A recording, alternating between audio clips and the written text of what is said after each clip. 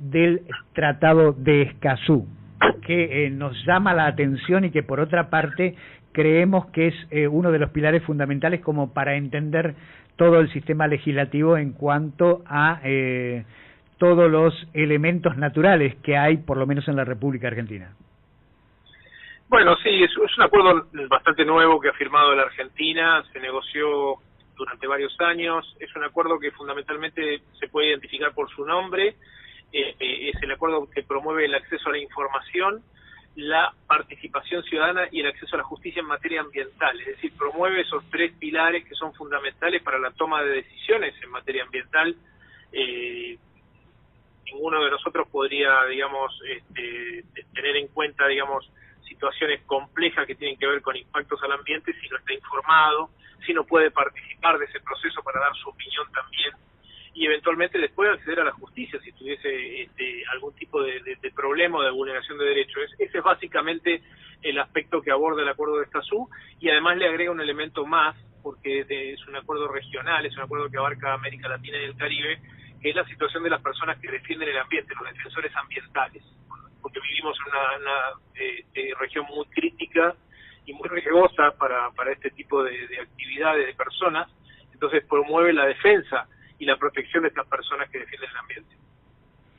Este tratado fue firmado por la mayoría de los estados que componen América, el continente americano.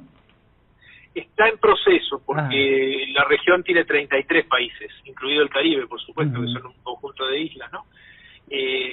Por el momento llevamos 18 partes, 18 países, están casi todos los países grandes, faltaría Brasil, que es muy importante, y bueno, está en un proceso legislativo de aprobación, así que esperamos que en el próximo año pueda incorporarse al acuerdo, y el acuerdo funciona, digamos, actualmente la semana que viene se va a producir la conferencia de las partes, se van a reunir todos los países signatarios hoy, para analizar la marcha del proceso y para tomar decisiones también. Doctor, buenos días, Marcelo Palomino lo saluda. ¿Qué tan importante es esta ley y este Tratado de Escazú? ¿Qué tan importante es? ¿Por qué es necesario que se lleve adelante esta ley a nivel global y a nivel continental, doctor? ¿Qué tal? Buen día, Marcelo. El punto central yo veo es que los países de la región tienen legislaciones muy diversas. El acuerdo tiene que ver con que los países traten de tener un espacio conjunto, digamos, de normativa y de consolidación de derechos que los permita, digamos, que no los difiera unos de otros. Y el acuerdo para mí es central en tres aspectos. En primer lugar, es una ley que garantiza derechos, es decir, las personas lo pueden utilizar, y además es un acuerdo que promueve fundamentalmente aspectos importantísimos como el acceso a la información y la posibilidad de participar en toma de decisiones. Imagínense ustedes que ahora se ha reformado la ley de glaciares y que se ha tenido obligatoriamente que llamar a una audiencia pública previa a reformar la ley, porque el Acuerdo de Escazú lo establece de esa forma.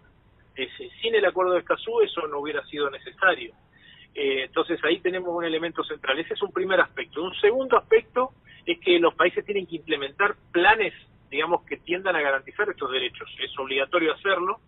Los países, muchos están avanzando. Argentina en este momento está, yo diría, en un impasse absoluto, pero muchos países están avanzando en esa implementación. Y en un tercer aspecto es que las personas también pueden tener una instancia internacional para reclamar. Es decir, por ejemplo, una persona que se vulnere su derecho a acceder a información o no pueda participar en procesos de toma de decisiones o tenga situaciones complejas en relación a la violación al ambiente en general, podría acceder a lo que se llama el Comité para la Aplicación y Cumplimiento del Acuerdo de Escazú, es una instancia internacional. Es decir, por ese lado yo lo veo importante el acuerdo.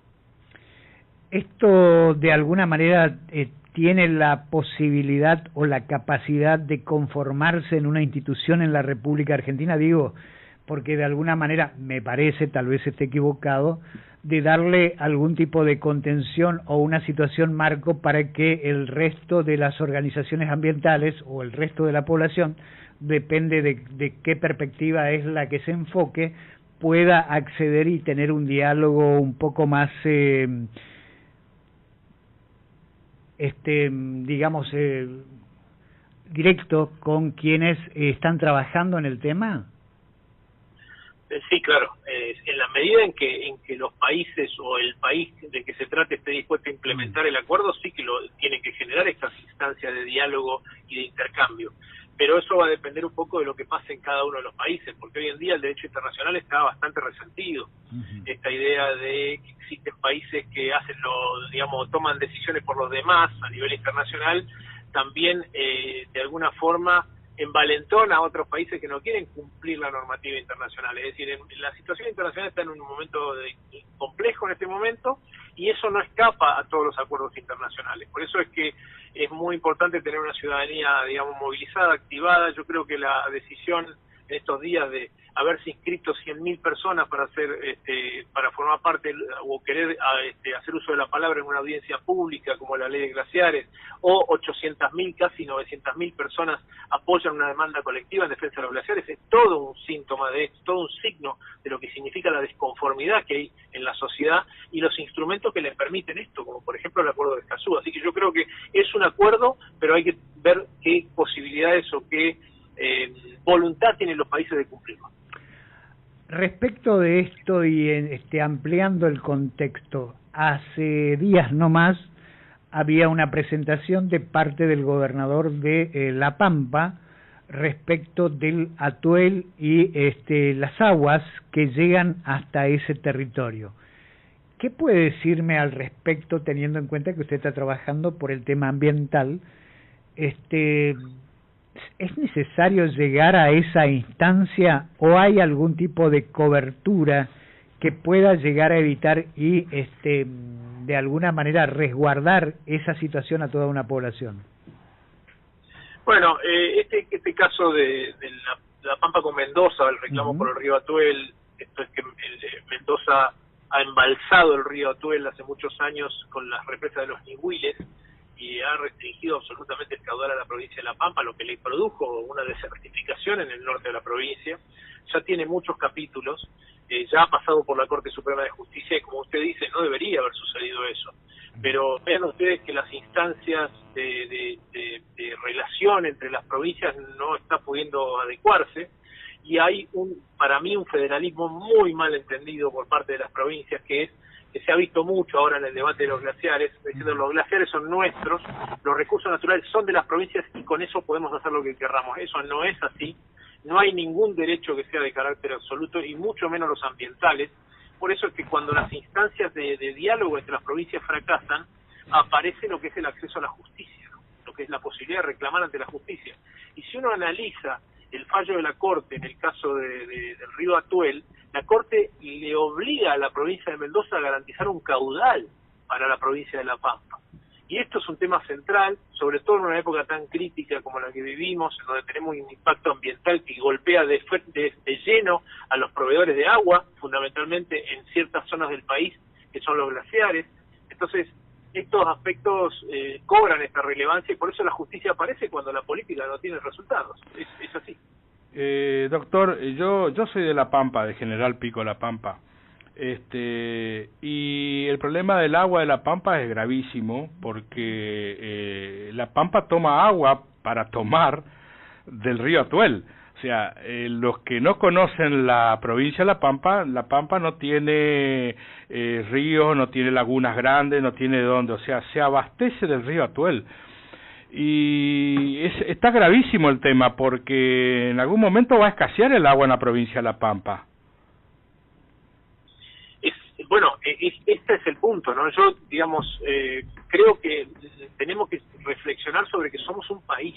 Este es el punto, ¿no? Hoy en día las provincias dicen, no, los recursos naturales son de las provincias hacen y deshacen.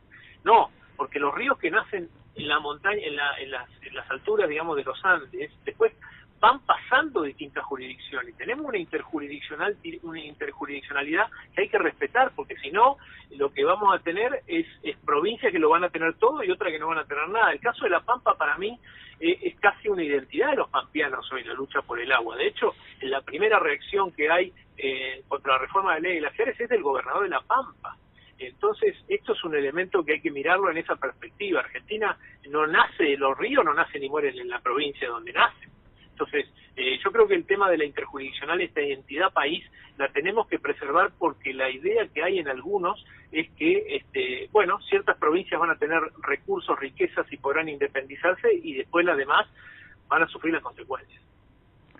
¿Y cómo se logra, por ejemplo, un equilibrio en este sentido? En esta parte del país donde estamos nosotros, a 1.100 kilómetros al norte de la ciudad de Buenos Aires, nosotros tenemos, por ejemplo, el problema del Paraná, que dicho sea de paso, según algunos estudios de impacto ambiental, tendría algún tipo de problema en cuanto a la contaminación se refiere, las aguas de ese río tan importante y de tanto caudal en la República Argentina, que merecería también algún tipo de atención en el sentido que usted estaba explicando.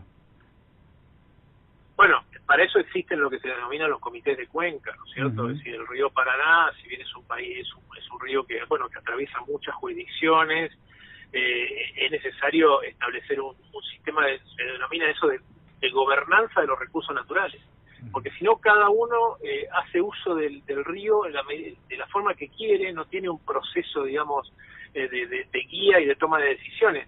Pero para que eso suceda, tiene que haber una conciencia en el Estado Nacional, que es un poco el que tiene que ordenar todo ese proceso, porque ustedes saben que los ríos navegables corresponden a las provincias y también al Estado Nacional. En la medida en que el Estado Nacional no tenga política ambiental, o plantee negacionismo, por ejemplo, la cuestión climática, o vaya renunciando o vaya achicando los presupuestos que hacen a las políticas ambientales año a año, como se ve todo el tiempo, entonces tenemos un problema difícil de resolver. Ahí hay dos posibilidades. O los gobernadores se convencen de que tienen que trabajar en conjunto, inclusive traer al Estado Nacional a la mesa, o van a tener que resolver las cosas entre ellos, porque no va a quedar otra alternativa, porque después las consecuencias las van a sufrir la población de las provincias. Así que hay todo un proceso que hacer. Con respecto, doctor, al tema glaciar, minería, a este gobierno lamentablemente está ausente con respecto a tener un ente nacional que regule un poco. Deja esta ley, deja a merced, como dice usted, de las provincias, que las provincias hagan y deshagan a su antojo, sin consultar a la nación o sin consultar a otra provincia. ¿Qué tan importantes son los entes nacionales, que son los que en todo el mundo regulan, ¿no? Y dicen y marcan lo que hay que hacer, ¿no? Acá en este momento no hay ese ente importante que necesita el país. No, todo lo contrario. Lo que yo veo, lo que nosotros estamos analizando es que hay una resignación nacional, hay una transferencia progresiva de las cosas a las provincias, de las facultades, lo que podría ser visto con optimismo, es decir, bueno, las provincias recuperan, bien, ese puede ser un punto, pero si nosotros le trasladamos a las provincias facultades y responsabilidades y no le transferimos los recursos, lo que vamos a generar en el mediano plazo es una tragedia. Lo mismo que pasó con la educación en la década del 90.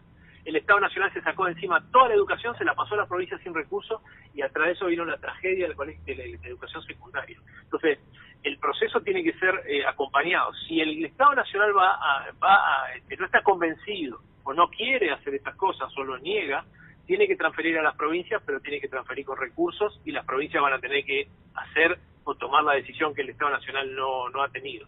Ahora bien, todos los países tienen estos órganos nacionales, porque finalmente somos un país y necesitan esta regulación nacional, que no es una regulación que le tapona el desarrollo a las provincias, sino que se la ordena y le permite que todas las provincias tengan un crecimiento armónico. Es todo un poco complejo en términos de la ley de glaciares, porque le ha transferido las facultades a las provincias, y yo estoy seguro que las provincias van a tomar decisiones propias y no les va a importar mucho lo que pase aguas abajo. Así que tenemos un problema que van a ser a partir de ahora, que las consecuencias las van a sufrir aquellas que no tienen los recursos naturales, digamos, disponibles para explotarlos. No estoy hablando, por ejemplo, de lo que va a ser el límite de provincias cordilleranas con la del centro del país. Ahora, ¿cómo se soluciona el problema a partir de esta reconstitución, por llamarlo de alguna manera, de la ley de glaciares, teniendo en cuenta que el sistema cordillerano nuestro es tan extenso, por un lado, y por el otro lado hay regiones donde de alguna manera son más notorios los glaciares por sobre otras, y de alguna manera son los sistemas de retroalimentación para grandes regiones que de alguna manera no solamente posibilitan la vida, sino también posibilitan todo lo que es la producción primaria. Bueno, yo lo que creo es que, digamos, en este momento hubo una gran alianza de los gobernadores cordilleranos para empujar y para sacarle al gobierno de alguna forma la reforma de la ley de glaciares. Esa alianza no es una alianza que yo la veo originariamente de la política, sino que viene muy presionada por parte de las empresas, y las empresas son las que presionan a los gobernadores, y los gobernadores lo hacen con el gobierno nacional. Por lo cual, bueno, han logrado ahora la sanción de la reforma de la ley de glaciares, pero este proceso recién empieza, porque ahora comienzan a florecer un montón de demandas judiciales que no van a nacer y morir ahora, sino que se van a seguir reproduciendo en el tiempo. Entonces yo creo que hay un proceso que tiene que nacer a partir de ahora, que es el de los gobernadores, de los otros gobernadores, los que no han tenido el uso de la palabra en este tiempo, que son los que van a sufrir las consecuencias. Entonces, ese proceso hay que comenzar a construirlo, porque si no, el problema lo van a tener como en La Pampa, si el día que se les seque la parte del río que reciben las provincias, ya va a ser tarde. Entonces, los problemas hay que tomarlo desde ahora, hay que llamar a una mesa de concertación, y esa mesa de concertación, si no la llama el gobierno nacional, la tienen que llamar los gobernadores, porque es necesaria. Bien, doctor, yo creo que va ilustrando, y ahora puntualmente cada uno de los temas que le vamos preguntando, porque realmente a nosotros nos preocupa mucho este tema, lo venimos siguiendo permanentemente a todo el sistema cordillerano y a todo el trabajo que vienen haciendo las distintas organizaciones. Ahora, cabe una pregunta: a partir de la aprobación de esta ley de glaciares y la presentación, hay una presentación de la que se habla que va a tener muchísimas firmas, se estima que ya estaría en 1 millón de firmas en este momento. Ahora, este impacto que puede llegar a tener esa presentación, ¿repercute de alguna manera en alguna decisión de la justicia que salvaguarde a estas situaciones que hoy tienen vilo a toda la sociedad?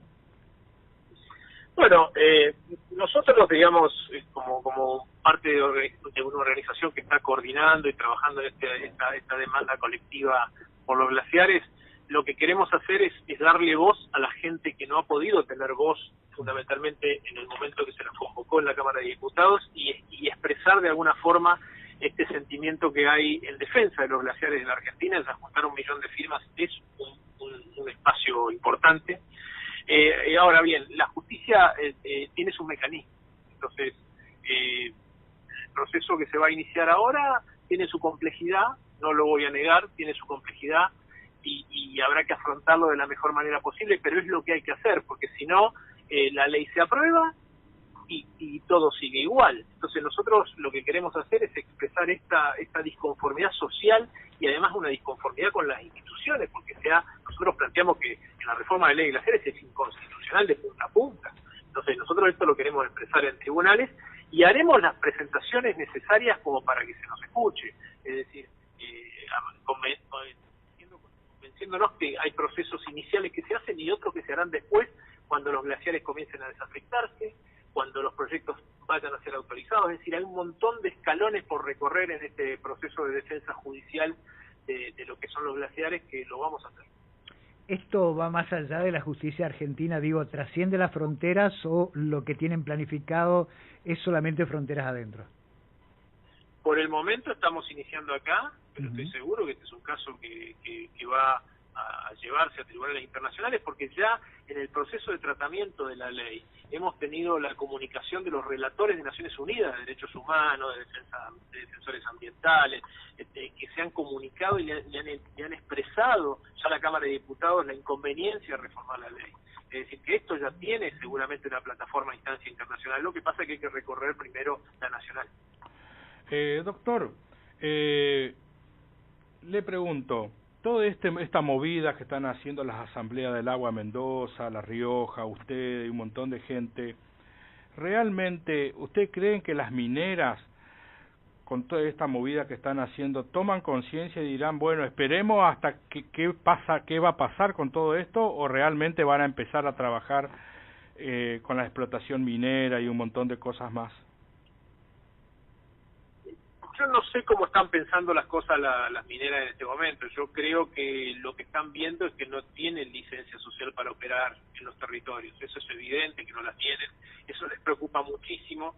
Y además esta ley de glaciares, esta reforma de la ley de glaciares, le deja en mano a los gobernadores muchas decisiones. Y si los gobernadores cambian de signo político, ¿qué pasa con esas decisiones? Yo creo que la reforma que han intentado no es un buen camino. Yo estoy seguro que las mineras, porque conozco algunas cuestiones que están pasando, están haciendo encuestas de opinión sobre este tema y vamos a ver en el próximo tiempo cómo se desempeñan esas inversiones, porque acá estamos, una empresa minera tiene que invertir $3.000 millones para empezar los procesos estos, eso significa enterrarlos en la montaña y bueno, habrá que ver qué decisiones toman y si están tan seguras de hacer estas inversiones en este contexto. Doctor, una síntesis y un llamado, digo, a toda la comunidad, si es que quiere hacerlo, respecto de este trabajo que vienen haciendo por los glaciares. Los micrófonos están abiertos. Bueno, no solamente hacer un llamado, digamos que yo creo que nosotros mismos y todo el mundo se ha sorprendido con la participación que ha despertado este proceso, hacer un llamado para la reflexión sobre las cuestiones ambientales. Las cuestiones ambientales muchas veces cuando llegan no son remediables, entonces hoy se ha iniciado el proceso con los glaciares, pero es muy probable que se mueva hacia la ley de bosques después. Y entonces una provincia como Chaco o una zona como la que están ustedes, me parece que es un llamado de atención. Es decir, hay que empezar a poner muchos límites en este tema para que este proceso no descarrile, porque si descarrila después es muy difícil de recomponer en el futuro. Así que un llamado a la conciencia ambiental, la gente la tiene, y a que estemos activos y sigamos trabajando en este proceso como podamos y como ayudemos como podamos, que es suficiente con eso. Bien, doctor, los micrófonos están abiertos para cuando usted desee y por supuesto seguiremos charlando.